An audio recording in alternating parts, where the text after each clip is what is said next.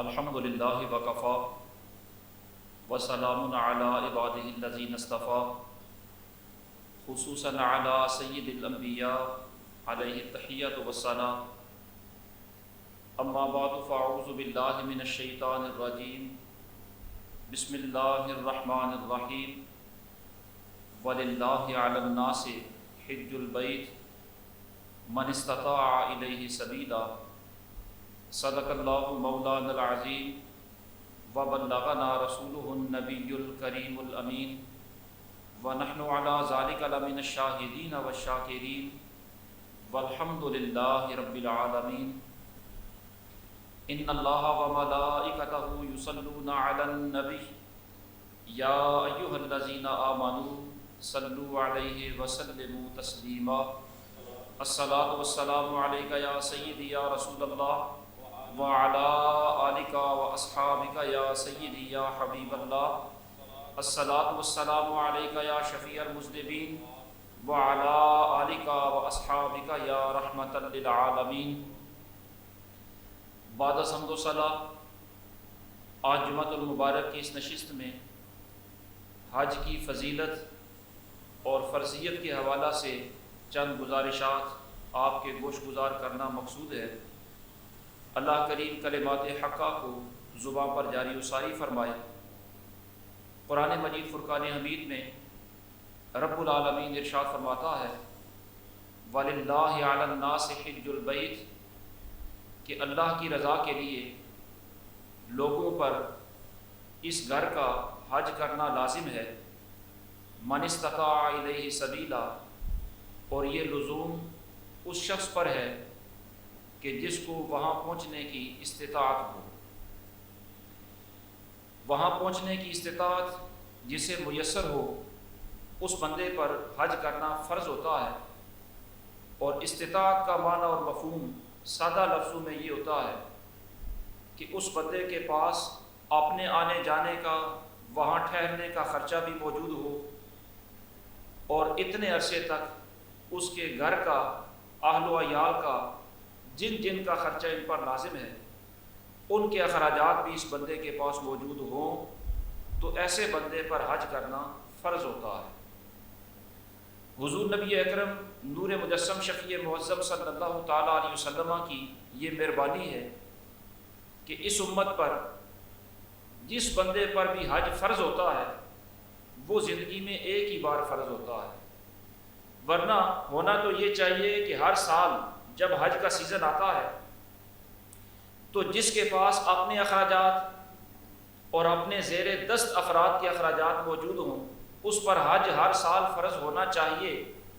لیکن یہ سرکار کی رحمت ہے کہ اللہ کریم نے اس امت پر زندگی میں صاحب استطاعت بندے پر حج فرض کیا، اور زندگی میں ایک ہی بار فرض کیا۔ حضور سید عالم صلی اللہ تعالیٰ علیہ وسلم سے حضرت ابو ہریرہ رضی اللہ تعالیٰ عنہ نقل فرماتے ہیں کہ سرکار نے ایک دفعہ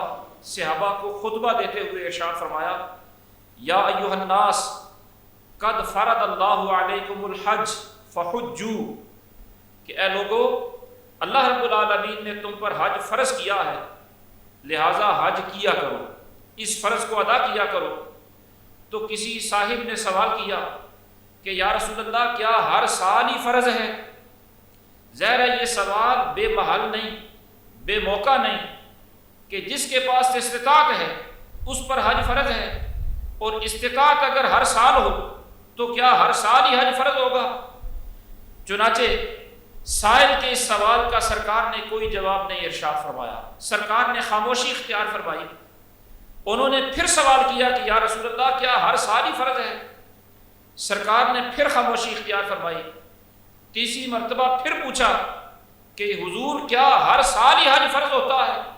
میرے کریم آقا پھر اس کا کوئی جواب ارشاد نہیں فرماتے، البتہ سرکار اتنا ارشاد فرماتے ہیں لو قلت نعم لوجبت، اگر میں ہاں کہہ دوں تو پھر ہر سال ہی فرض ہو جائے، لیکن میں نے ہاں کہی نہیں، اس لیے یہ ہر سال فرض نہیں ہے بلکہ زندگی میں ایک ہی بار فرض ہے۔ اور سرکار نے پھر ان کی اصلاح کرتے ہوئے بھی ارشاد فرمایا کہ بار بار نہ پوچھا کرو، اللہ اور اس کا رسول جب کوئی بات ارشاد فرما دیں اور اس میں کوئی قید اور پابندی نہ لگائیں تو اس کا مطلب یہ نہیں ہوتا کہ اس قید اور پابندی کی طرف ان کی توجہ نہیں ہے، بلکہ قصداً اس سے احتراز کیا جاتا ہے۔ جب تم بار بار پوچھو تو ممکن ہے تمہارے بار بار پوچھنے کی وجہ سے وہ قید بھی پابندی بھی لگا دی جائے تو پھر تم مشکل میں پڑ جاؤ گے، تم سے ہو نہیں سکے گا، نبھا نہیں سکو گے۔ اس لیے جب بار بار پوچھنے پر بھی، یعنی اگر کوئی قید نہ لگائی جائے تو بار بار پوچھنا بھی نہیں چاہیے۔ تو عرض کرنے کا مقصد یہ ہے کہ حج صاحب استطاعت پر فرض ہے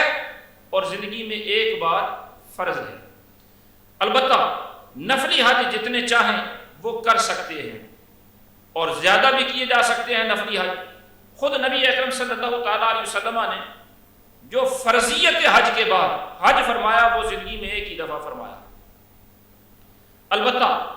حضرت سیدنا صدیق اکبر رضی اللہ تعالیٰ عنہ نے 2 دفعہ تو حج سرکار دو عالم صلی اللہ تعالیٰ علیہ وسلم کی زندگی میں فرمایا۔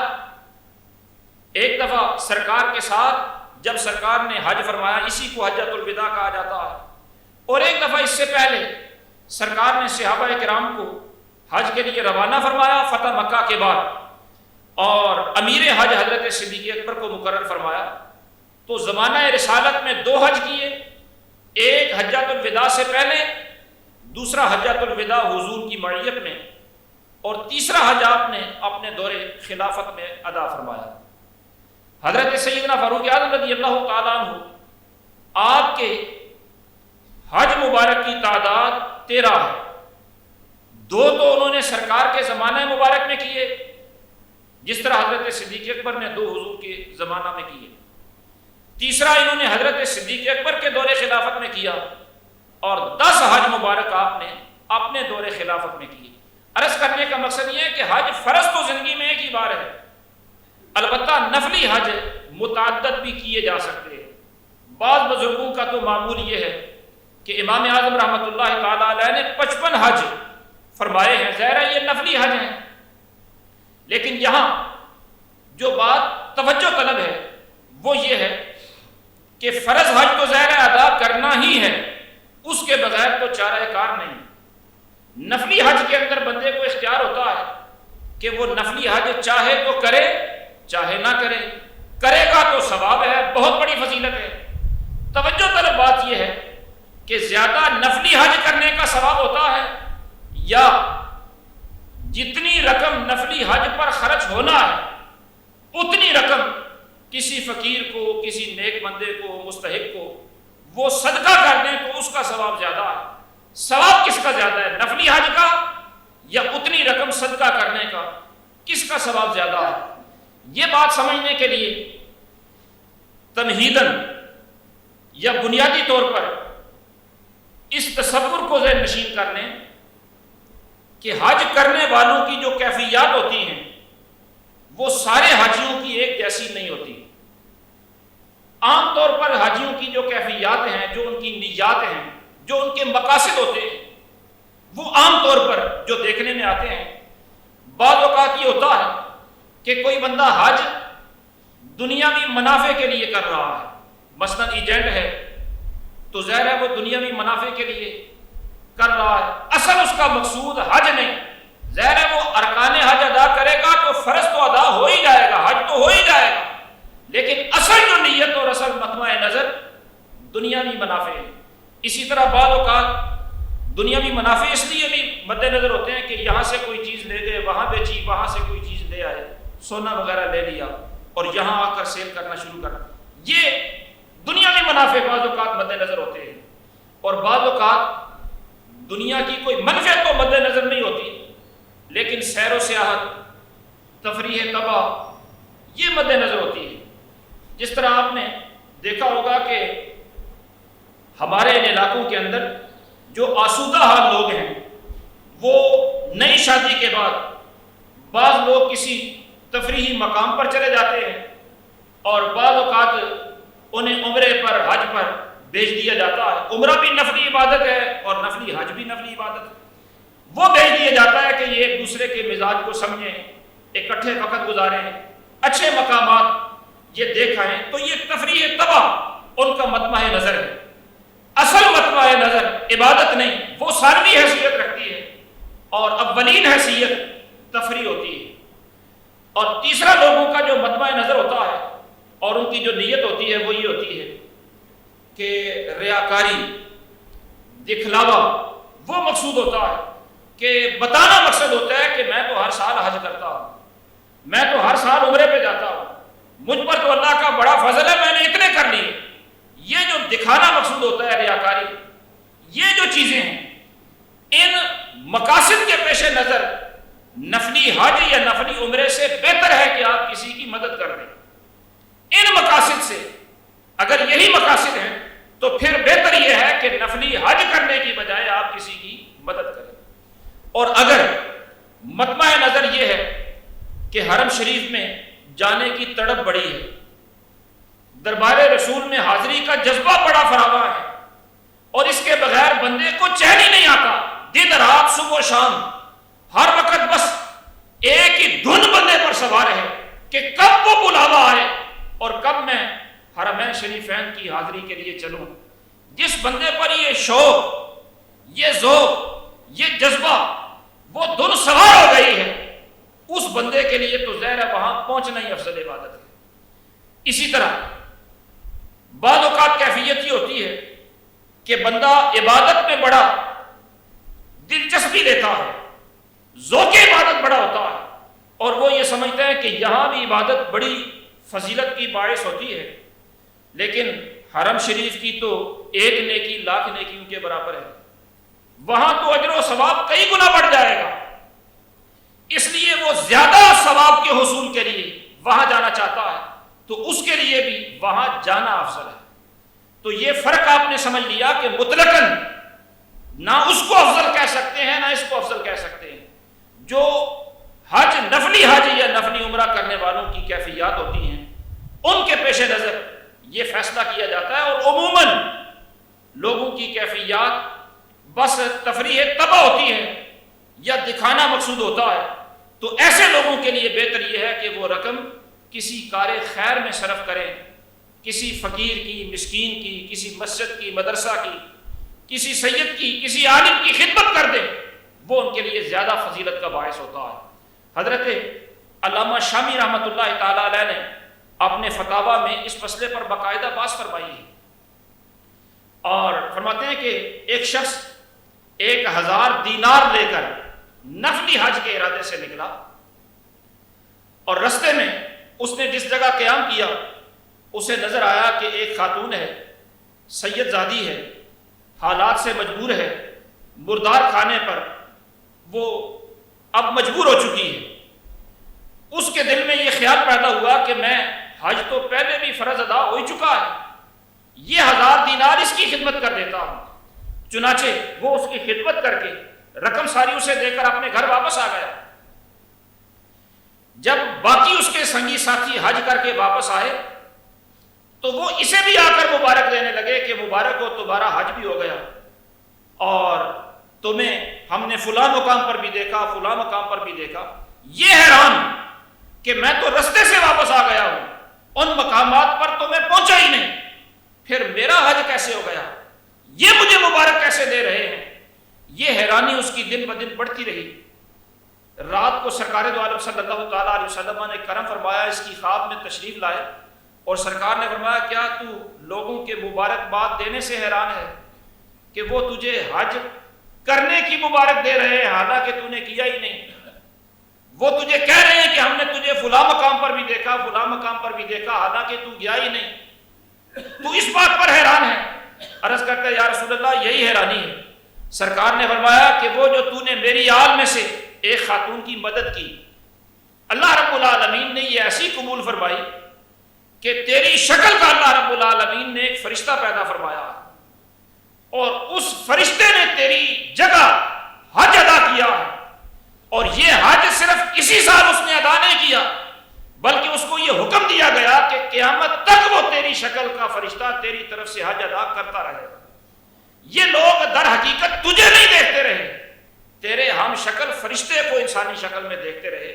اور تجھے سمجھتے رہے اور تجھے آ کر مبارکبادیں دے رہے ہیں۔ اس سے یہ مسئلہ اخذ کرتے ہیں کہ بعض اوقات نفلی حج سے زیادہ بہتر بلکہ کئی حجوں سے زیادہ افضل ہوتا ہے کہ وہ کسی سادات میں سے کسی فرد کی مدد کر دیں، کسی نیک آدمی کی، مدارس، کسی عالم، اس کی مدد کر دیں، لیکن فرق وہی مد نظر رہے کہ حج کرنے والے کی اپنی اپنی کیفیات ہوتی ہیں اور ہر ایک کا حکم ایک جیسا نہیں ہوتا۔ اور حج کی فضیلت حضور سید عالم صلی اللہ تعالیٰ علیہ وسلم نے اتنی بیان فرمائی، سرکار نے ارشاد فرمایا کہ من حج للہ فلم یرفس ولم یفسق رجع کیوم ولدتہ امہ، کہ جس بندے نے حج کیا اور وہاں کوئی گناہ، بے حیائی، کوئی جرم نہیں کیا، ایسے ہی حج کیا جیسے اس نے حج کرنا تھا، جیسے حق تھا حج کرنے کا، بندگی کے تقاضوں کو بجا لاتے ہوئے جس بندے نے حج کیا وہ حج کر کے واپس اس حال میں لوٹتا ہے کہ گویا وہ آج ہی دنیا میں پیدا ہوا ہے۔ جس طرح پہلے دن کے بچے کے نامہ اعمال میں کوئی گناہ نہیں ہوتا، اسی طرح صحیح طریقے سے حج کرنے والا جب لوٹتا ہے تو اس کا نامہ اعمال بھی گناہوں سے بالکل صاف ہو چکا ہوتا ہے۔ اسی طرح حضور سید عالم صلی اللہ تعالیٰ علیہ وسلم نے ایک اور موقع پر ارشاد فرمایا، ان الحاج اذا قضى آخر طواف بالبیت خرج من ذنوبہ کیوم ولدتہ امہ، کہ حاجی جب اپنا حج مکمل کر کے بیت اللہ شریف کا طواف کرتے ہوئے آخری چکر لگاتا ہے تو آخری چکر لگاتے ہی اس کے سارے گناہ اس طرح معاف کر دیے جاتے ہیں، نامہ اعمال سے مٹا دیے جاتے ہیں، گویا وہ دنیا میں آج ہی پیدا ہوا ہے، بالکل نامہ اعمال گناہوں سے پاک ہو جاتا ہے۔ اور پھر حضور نبی اکرم صلی اللہ تعالیٰ علیہ وسلم نے حج اور حاجی کی عظمت اور فضیلت کو بیان کرتے ہوئے حجۃ الوداع کے موقع پر ارشاد فرمایا، حضرت ابو ہریرہ اس حدیث پاک کے راوی ہیں، فرمانے لگے کہ سرکار حجۃ الوداع کے موقع پر مکہ مکرمہ میں جلوہ فرماتے تو سرکار نے فرمایا الحاج والعمار وفد اللہ، کہ حج کرنے والا یا عمرہ کرنے والا جو بھی ہو وہ اللہ تبارک و تعالیٰ کا خاص مہمان ہوتا ہے، وہ وفد ہوتا ہے، اللہ تبارک و تعالیٰ کا مہمان ہوتا ہے۔ سرکار نے فرمایا یعطیہم ما سألوا، جب یہ مہمان ہے تو یہ مہمان اپنے میزبان سے جو مانگتا ہے وہ ان کا میزبان انہیں وہ عطا کرتا ہے۔ وَيَسْتَجِيبُ لَهُمْ فِي مَا دَعُوا،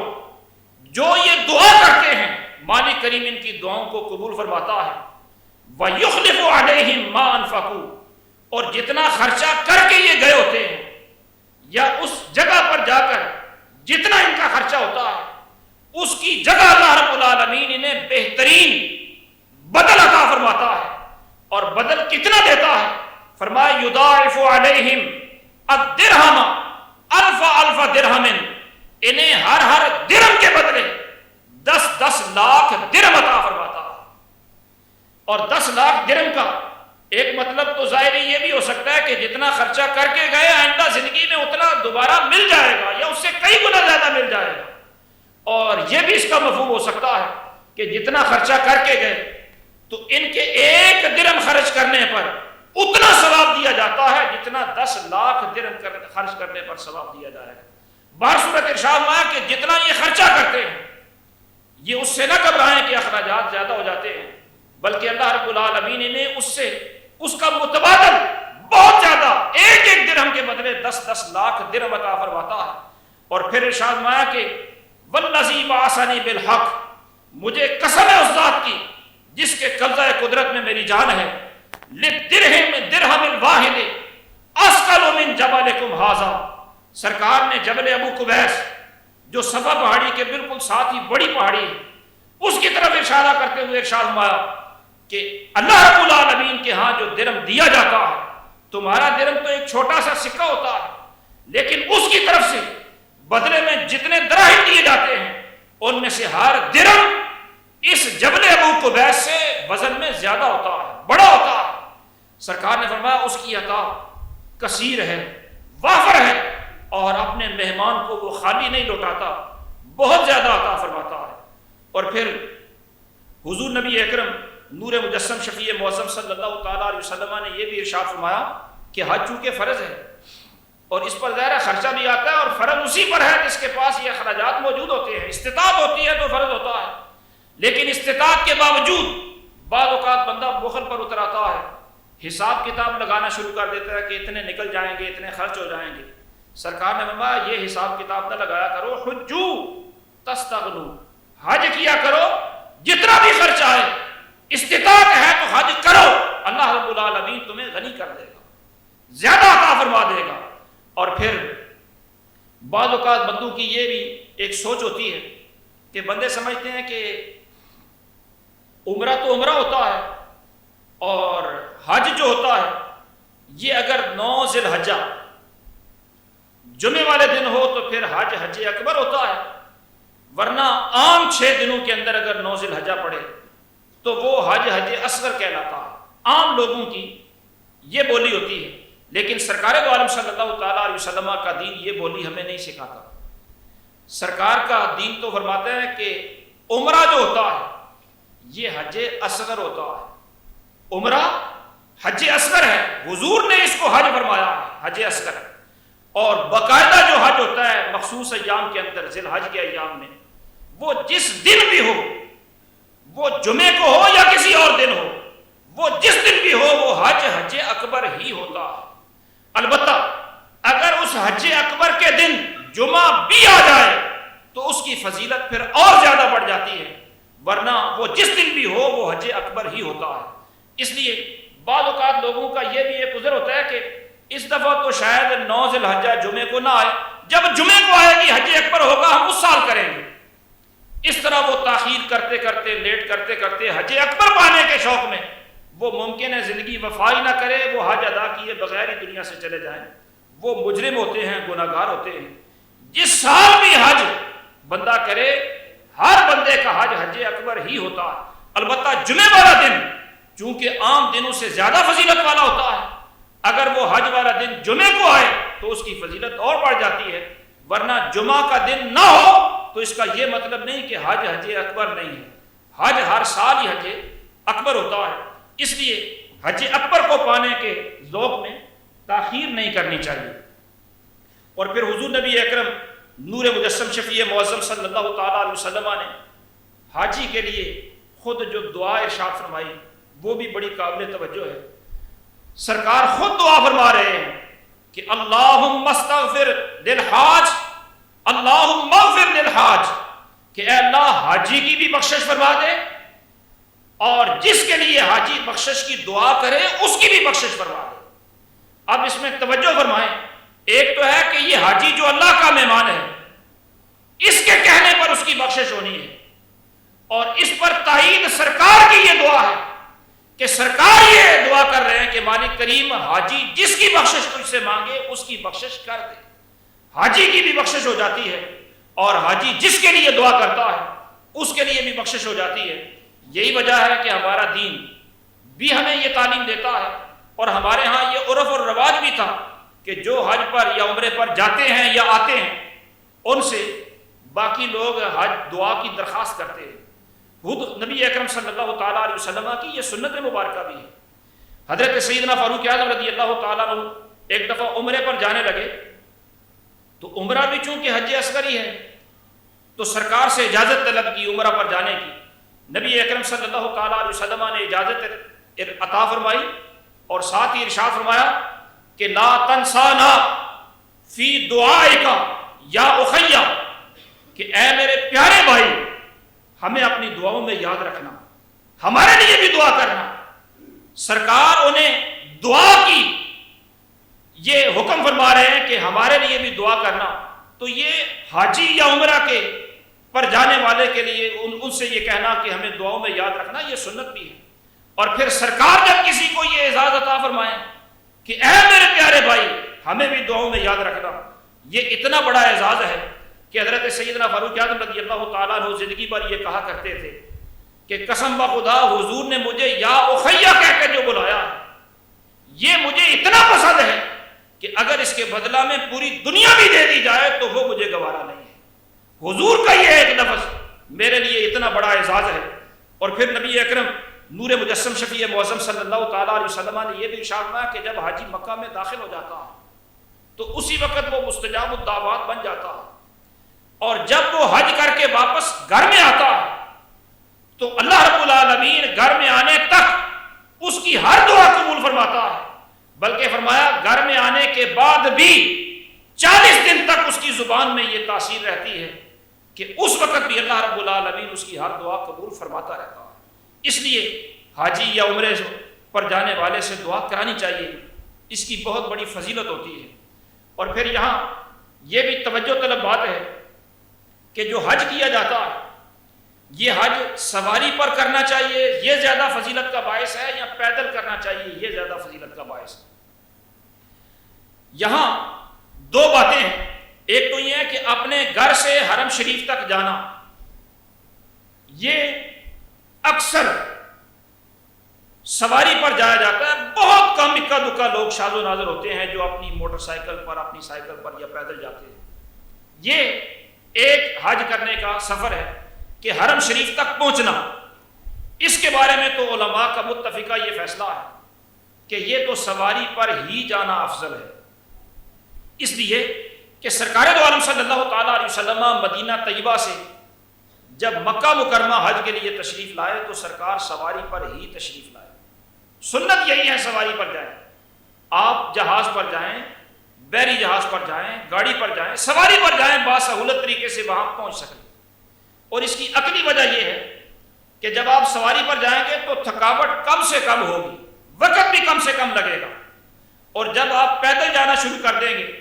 تو تھکاوٹ بھی بہت زیادہ حاوی ہو جائے گی اور وقت بھی بہت زیادہ لگے گا۔ اب جس مقصد کے لیے جا رہے ہیں وہاں پہنچنے تک ہی جسم تھکاوٹ سے چور ہو جائے گا، تو وہاں پہنچ کر عبادت میں دل جمی کیسے پیدا ہوگی؟ جسم ساتھ ہی نہیں دے گا تو وہاں جا کر ذوق و شوق برقرار کیسے رہ سکے گا؟ اس لیے یہ سفر سواری پر کرنا یہ زیادہ افضل ہوتا ہے۔ البتہ وہاں جا کر جو مناسک حج ادا کیے جاتے ہیں، یعنی حرم شریف سے منا، وہاں سے عرفات، مزدلفہ، یہ جو مناسک حج رمی کی جاتی ہے یہ پیدل کریں تو اس کے اندر زیادہ فضیلت ہوتی ہے۔ اس کے اندر فضیلت اتنی زیادہ ہے کہ اگر کوئی بندہ سواری پر یہ مناسک ادا کرتا ہے، حج کرتا ہے، تو جس جس جگہ پر سواری کا قدم لگتا ہے ہر سواری کے قدم پر 700 نیکیاں لکھی جاتی ہیں، اور اگر بندہ پیدل کرے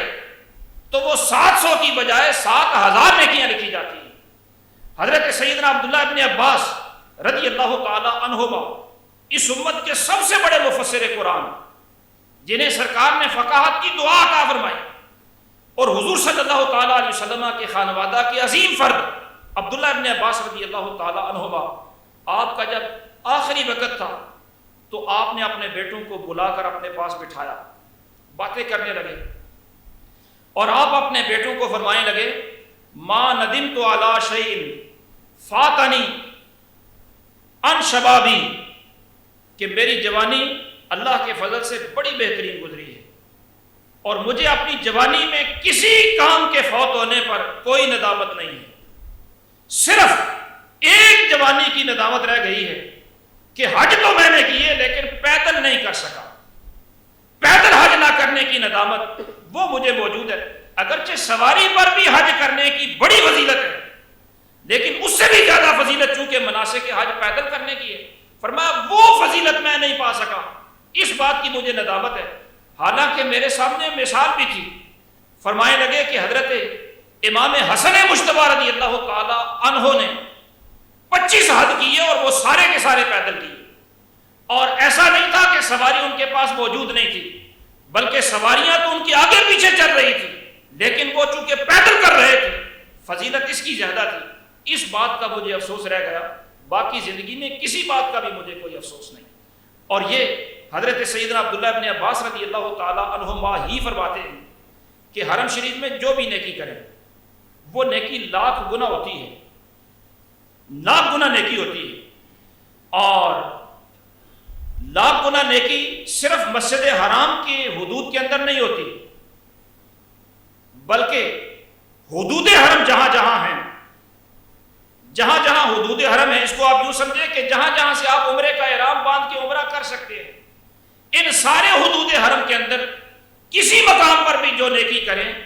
ہر جگہ پر نیکی 1,00,000 گنا اجر رکھتی ہے،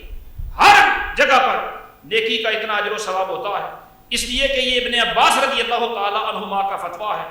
کہ ان حسنات الحرم کلھا الحسنۃ بمئۃ الف، کہ پورے حدود حرم کے اندر جہاں بھی نیکی کا موقع ملے نیکی کریں، ہر جگہ نیکی لاکھ گنا اجر و ثواب رکھتی ہے۔ اس کا مطلب یہ ہے کہ حج کے موقع پر ظاہر حرم شریف کے اندر جا کر نماز پڑھنا ہر حاجی کے لیے ممکن نہیں رہتا، رش اتنا زیادہ ہو جاتا ہے۔